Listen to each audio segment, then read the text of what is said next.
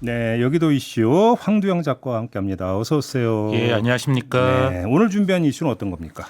네, 성소수자를 유인해 이유 없이 살해하려 한 20대 남성에게 법원이 징역 6년을 선고했습니다. 우리나라 얘기예요? 예, 예. 용산에서 있었던 사건인데요. 우리나라에서도 성소수자를 대상으로 한 혐오 범죄가 본격화하는 것 아니냐는 우려와 함께 혐오 범죄 예방 대책을 마련해야 한다는 요구도 늘어나고 있습니다. 근데 잠깐만. 근데 진짜로 성소수자라는 이유로 그 살인을 하려고 한 게 맞아요? 예, 예. 범인은 일부러 성소수자들이 많이 모이는 지역을 배회하면서 범행 대상을 골랐습니다. 예. 결국 피해자를 골라내 유인해서 흉기로 여러 차례 공격을 했고요. 예. 차에 태워 또 다른 장소로 이동하던 중 피해자가 달리는 차에서 뛰어내려 겨우 목숨은 건질 수 있었습니다. 그게 뭐 개인적으로 인연이 전혀 없는 사람이고 성소수자들이 그러니까 많이 모이는 곳에 가서 딱 속칭 찍어가지고 예, 예. 살인을 기도했다. 예. 근데 이게 이제 혐오 범죄로 이제 바로 그런 점 때문에 혐오 범죄로 봐야 된다 이런 얘기가 되는 건가요? 예, 예. 혐오 범죄는 특정한 사회적 소수 집단에 속한다는 이유만으로 불특정한 사람을 대상으로 이루어지는 범죄 행위를 말합니다. 예. 서구에서는 흑인이나 유태인 등 소수인종 대상 범죄 행위를 설명하기 위해서 도입된 개념인데요. 예. 또 게이 배싱, 지역하면 동성애자 후려치기 이 정도일 텐데 예. 이런 용어가 따로 있을 정도로 성소수자 대상 혐오 범죄 사건도 많이 문제가 됐었습니다. 그러니까 외국에서 혐오 범죄가 지금 극성을 부리고 있다는 그 외신을 제가 여러 번 접한 바가 있었는데 이게 지금 국내에서도 이런 비슷한 사건이 지금 나타나고 있다라는 게 이제 그 우려할 대목인데 관련해서 2016년인가요? 강남역 노래방 화장실 살인 사건. 예, 예. 이때 이게 혐오 범죄로 봐야 되느냐 말아야 되느냐 갖고 논쟁이 있었지 않습니까? 네, 그때부터 우리 사회에서 이 혐오 범죄라는 단어가 많이 좀 알려졌던 것 같아요. 예. 그때도 이제 가해자가 일면식도 없는 여성을 여성이란 이유만으로 살해했다는 점에서 전형적인 혐오 범죄라고 할 수 있는데요. 당시 강신명 경찰청장이 대한민국에는 혐오 범죄가 없다라고 말했다가 비판이 커지자 혐오 범죄에 대해서 이제부터 본격적으로 연구하겠다 이렇게 약속한 바가 있었는데요. 예. 6년이 지났지만 아직 정부 차원의 예방 대책은커녕 기본 통계조차 나오지 않고 있는 상황입니다.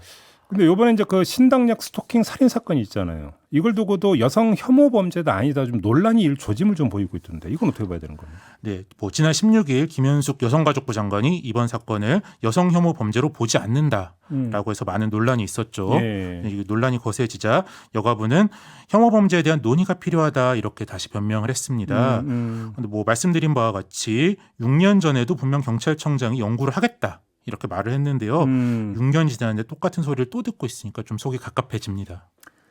그러니까 6년 전에 연구한다고 했는데 기본적인 개념 정립조차 지금 되어 있지 않다. 예, 예. 그래서 이게 범죄 예방에 도움이 안 되고 있다 이런 이야기로 연결이 되는 겁니까? 예, 그렇습니다. 이번 사건은 사실 분명한 젠더 폭력 사건이지만 불특정한 사람을 대상으로 한 건 아니잖아요. 예. 그런 점에서 전형적인 혐오 범죄는 아니라고도 볼 수 있습니다. 해석의 여지가 있는 건데요. 예. 모든 젠더 폭력 사건을 혐오 범죄라고 하면은 오히려 젠더 폭력과 혐오 범죄를 예방하기 어렵다는 그렇게 주장하는 여성학자들도 있습니다. 예. 그러니까 정부와 정치권이 사회적으로 합의할 수 있는 개념을 만들어내지 못했기 때문에 이런 논란이 6년이 지난 후에도 반복되고 있는 것 같습니다. 네.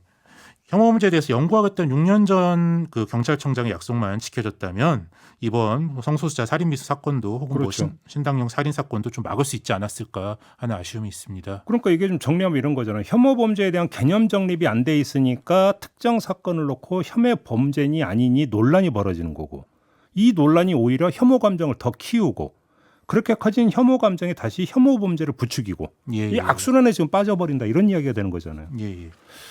그런 점에서 도대체 혐오 범죄가 무엇인지에 대한 정확한 개념 정립과 사회적인 합의가 이건 당연히 필요한 것 같은데 이 기초조차 안 돼 있다는 얘기를 여기서 확인을 해야 될 것 같고 이거 말고 좀 다른 대책을 좀 강구해야 되는 게 있다면 어떤 게 있을 수가 있을까요? 저는 개인적으로 차별금지법부터 좀 만들어져야 하지 않을까 이렇게 생각을 합니다. 예. 그러니까 혐오범죄 가해자들 같은 경우 많은 혐오범죄 가해자들이 자신이 범죄를 저질렀다 그렇게 생각하지 않고 사회 정화를 했다. 네, 그렇게 생각하는 경우들이 많습니다. 이제 외국의 경우 얘기하는 거죠. 예.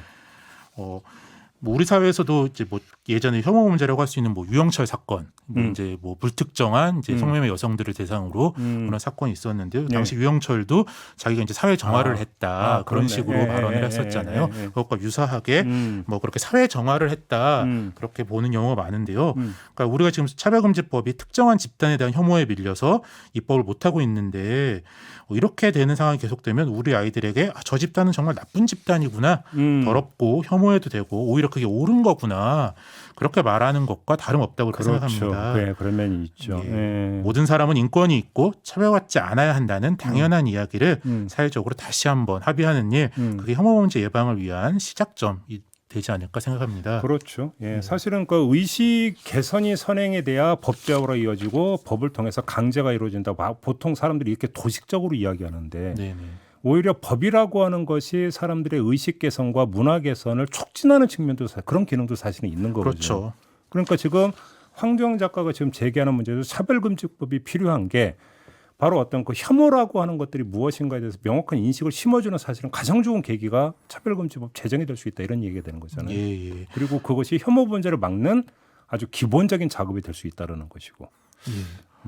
그렇죠. 그저께 이제 윤석열 대통령께서 지금 뉴욕에 계시잖아요. 이제 한인 교포들을 만나서 교포들이 혐오 범죄나 뭐 차별의 대상이 되지 않도록 최선을 다하겠다 이렇게 말씀을 하셨는데요. 네. 이제 외국에 나가서 이제 우리 교포들이 또 소수자이다 보니까 그 사회에서는 그런 노력을 하지만 우리 사회 내에서부터 그렇죠. 사회적 소수자들이 그렇죠. 차별받고 혐오받지 않도록 노력하는 게 필요하지 않나 그렇게 생각이 들었습니다. 외국의 얘기만은 아닌 거죠. 예. 네, 알겠습니다. 오늘 뭐 좋은 점을 좀 지적을 해주셨네요. 고맙습니다. 예, 감사합니다. 네, 황두영 작가와 함께했습니다.